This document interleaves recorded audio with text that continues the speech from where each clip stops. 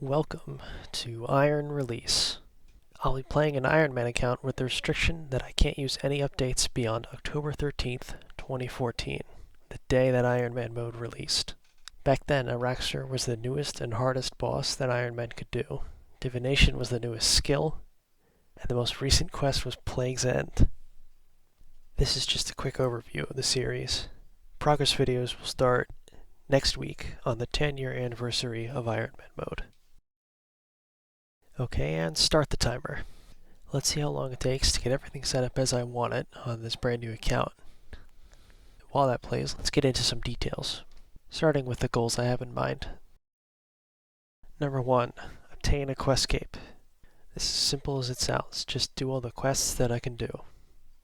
Next, diaries, or area tasks, as they're called now. The only ones I can't do are Wilderness and Torrentwind, but other than that, they're all available. Third, max cape. While this may be out of reach, I'll still go for high levels in important skills like prayer and herblore in all combats. And a big question mark is the completionist cape and trimmed completionist cape. Those will be on the back burner for a while.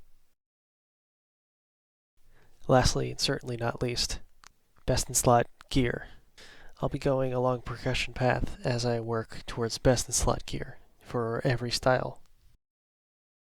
Starting with armor, the best in slot is Torva with Razorback gauntlets, Virtus with Celestial hand wraps, and Cyranek with Ascension grips and Pernix boots.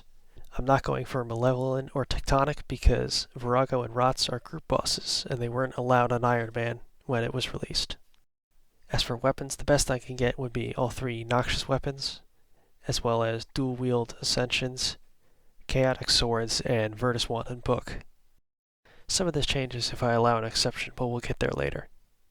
As for accessories, the best I can get is all 3 Kiln capes and all 4 Hydrix jewelry. And that rounds out all the gear that's available, besides some additional stuff like Ring of Vigor. I really tried to limit how many exceptions I would need, but there are a few that are required. Starting with various reworks. I can't roll back reworks as much as I would like to, like the 2024 combat changes, combat XP changes, multiple death reworks.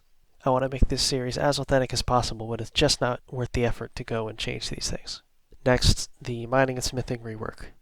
I've decided that I can train mining and smithing using reworked methods, but I can't use any additional gear that was added with them. Bronze and up to rune products have to be bought from shops unless I reach the pre-rework smithing and mining levels. I've decided on no pickaxe restrictions, I can't use geodes, and I can't use updated gem rocks.